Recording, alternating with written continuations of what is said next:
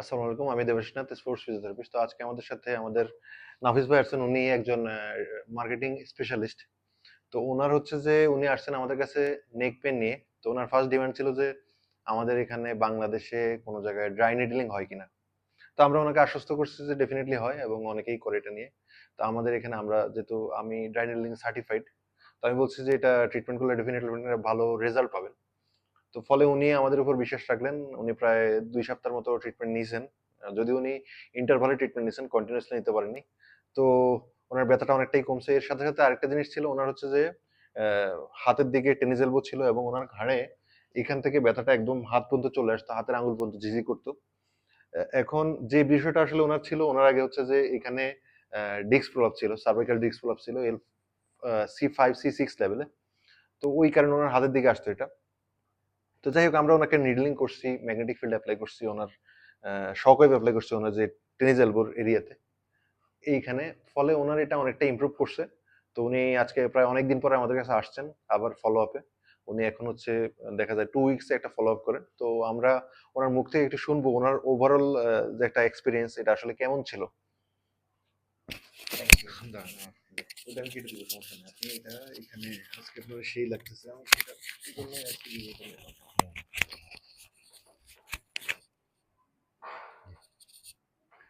জোরে। Thank you দাদা। আসসালামু আলাইকুম। আমি নাফিজ আহমেদ। আমি ২ সপ্তাহ ধরে আসলে দুষ্টাম না, আসলে ১৪-১৫টা সেশন আসলে নিয়েছি টানা।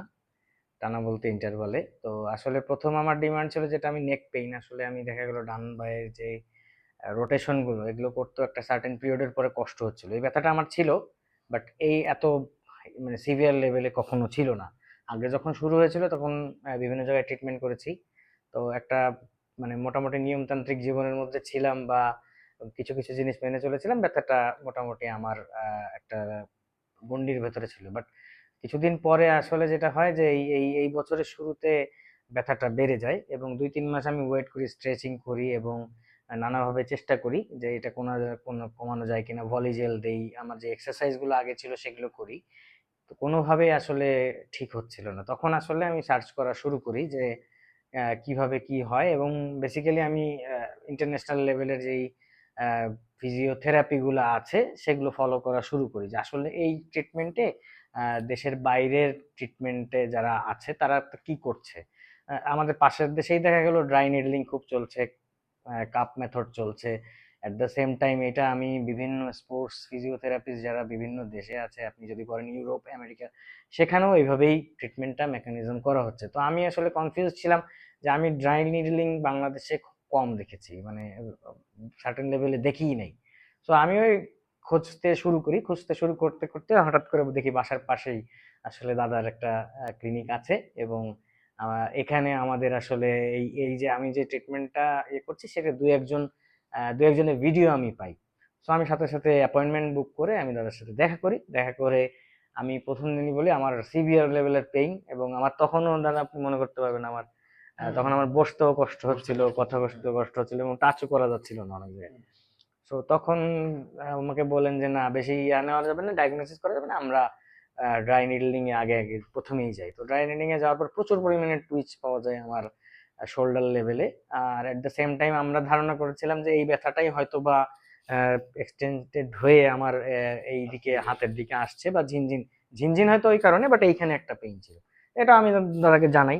২-৩ দিন ৪ দিন করার পরেও এটা যখন যাচ্ছে না, তখন আসলে পরীক্ষা করে দেখা যায় যে এটা আসলে রিপিটেটিভ ইউজের কারণে টেনিস এলবো যেটা হয় সেটা কারণে। আমার আসলে ল্যাপটপে প্রচুর কাজ কাজ করতে হয়, করতে হয়, right. At the same time ড্রাইভিংও করি। আর আমি লং টাইম যখন ড্রাইভিং এ থাকতাম তখন আরেকটা এটা আমি বলতে ভুলে গেছি, তখন আমার এই পাশটা আসলে লক হয়ে যাওয়ার মতো অবস্থা হতো এবং প্রচন্ড ব্যথা করতো। লাইক আমি অফিস থেকে কমিউট করছি বাসায়, বা বাইক চালাচ্ছি বা গাড়ি চালাচ্ছি, যেটাই হোক, তো এইটার কারণে আসলে হয়ে যাচ্ছে। বাইক মনে হয় চিরতরে বাদ।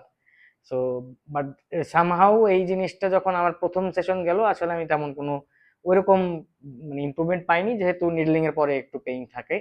৩-৪টা সেশন যাওয়ার পরে আসলে ইমপ্রুভমেন্টটা বোঝা যায়, কারণ হলো যে জায়গাটা হালকা হয়ে যায় এবং মাসেল গুলো যেগুলো আমি নিজে বুঝতাম হাত দিয়ে অনেক শক্ত ছিল, সেগুলো আস্তে আস্তে ছাড়তে শুরু করে। তো ছাড়তে শুরু করলে একটা সার্টেন পিরিয়ড পরে আমরা মোর টুয়ার্ড আমরা এক্সারসাইজের দিকে ফোকাস করি। আমি বাসায় এক্সারসাইজ শুরু করি, নতুন যেগুলো দিয়েছেন দাদা, সাথে সাথে আমার যেগুলো এখানে এসে করার কথা সেগুলো করছি।